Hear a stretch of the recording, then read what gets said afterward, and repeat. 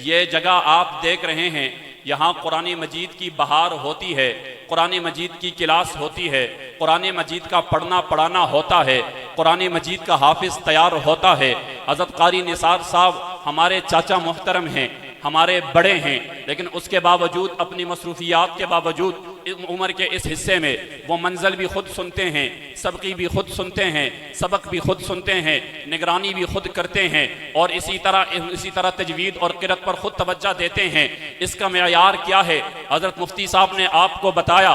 ہم صرف آپ سے اتنی گزارش کرنا چاہتے ہیں کہ حضرت مفتی صاحب کا اعتماد نہیں، بلکہ وہ بھی اس کو اس لیے معیاری سمجھتے ہیں کہ انہوں نے حضرت مفتی صاحب کے گھر میں بھی اپنا پودا لگایا ہے۔ میرا چھوٹا بھائی الحمدللہ بہترین حافظ قرآن ہے، وہ یہاں سے گردان کر کے گئے ہیں۔ آج بھی الحمدللہ اگر آپ رمضان میں کہیں کہ ایک بار سنائے، سناتا ہے، 2 بار سنانے کی سعادت رکھ سکتا ہے، اور اسی طرح 3 بار 4 بار، یعنی وہ اگر 5 پارے بھی سنانا چاہے تو سنا سکتا ہے۔ اس کا کمال نہیں، کمال حضرت قاری نثار صاحب دامت برکاتہم العالیہ کا ہے۔ اور کمال کیوں نہیں ہوگا؟ اس کلام کو پڑھ رہے ہیں، اس کتاب کو پڑھ رہے ہیں کہ جس کتاب کو، جس کلام کو سنتے ہوئے حضرت عمر کہتے ہیں میں بھی پڑھنا چاہتا ہوں، میں بھی دیکھنا چاہتا ہوں۔ عمر تم ایمان نہیں لائے، کیسے پڑھو گے؟ ہاں میں ایمان لانا چاہتا ہوں۔ عمر ایمان لانے کے لیے ان کے قدموں میں جانا پڑے گا، جس کے لیے آج تک سازشیں بنتے چلے آ رہے تھے۔ تمہارا تو روب مشہور ہے،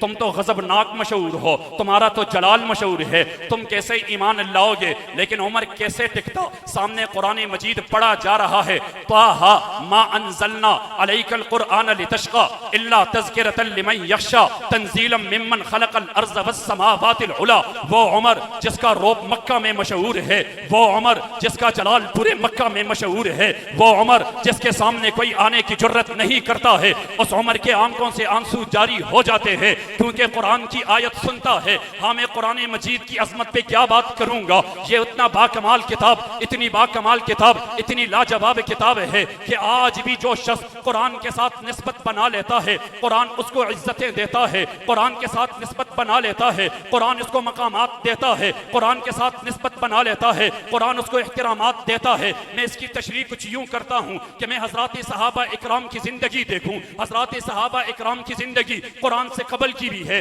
قرآن سے بعد کی بھی ہے، قرآن سے قبل کی حضرات صحابہ اکرام کی سیرت سے آپ بھی واقف نہیں ہوں گے، میں بھی واقف نہیں ہوں گا، لیکن قرآن کے بعد کی سیرت آپ کو بھی معلوم ہے، مجھے بھی معلوم ہے۔ یہ جناب ابو بکر ہیں، یہ جناب عمر ہیں، یہ جناب عثمان ہیں، یہ جناب علی ہیں، یہ جناب حسن ہیں، یہ جناب حسین ہیں، یہ جناب معاویہ ہیں، یہ جناب عبداللہ بن زبیر ہیں، یہ جناب عبداللہ بن مسعود ہیں، یہ جناب ابن عباس ہیں۔ یہ حضرات صحابہ اکرام ہیں، ان کا مقام کیا ہے، ان کا رتبہ کیا ہے، ان کی ویلیو کیا ہے؟ اگر میں کہوں گا آپ کہیں گے یہاں سے آ کر ہمیں ان کے رتبے بتا رہا تھا، مولانا ساجد حسین شاہ صاحب کہیں گے، آپ کہیں گے مولانا صاحب نے اپنی زبانی بتائی، کوئی وکیل بتائے گا، آپ کہو گے وکیل نے کہا، کوئی اور بتائے گا، آپ کہو گے نہیں اس نے بتایا۔ نہیں، میں آپ کو بتاتا ہوں ان صحابہ کے مقامات کے بارے میں، رتبوں کے بارے میں، احترامات کے بارے میں، ویلیو کے بارے میں میں نہیں، مولانا حفظ الرحمان شاہ عظیم صاحب نہیں، مفتی عبدالرشید صاحب نہیں، بلکہ قرآن کو اٹھاؤ،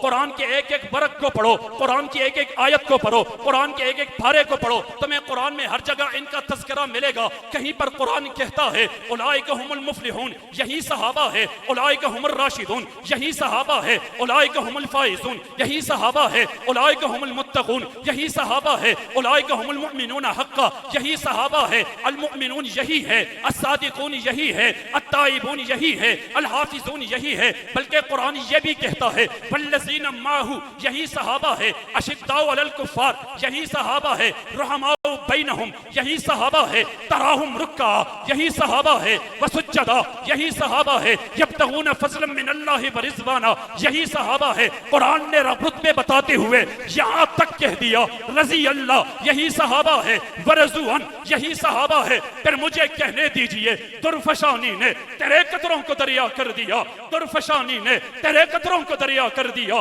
دل کو روشن کر دیا، آنکھوں کو بینا کر دیا، دل کو روشن کر دیا، آنکھوں کو بینا کر دیا۔ خود نتیجو راہ پر اوروں کے ہادی بن گئے، کیا نظر تھی جس نے مردوں کو مسیحا کر دیا۔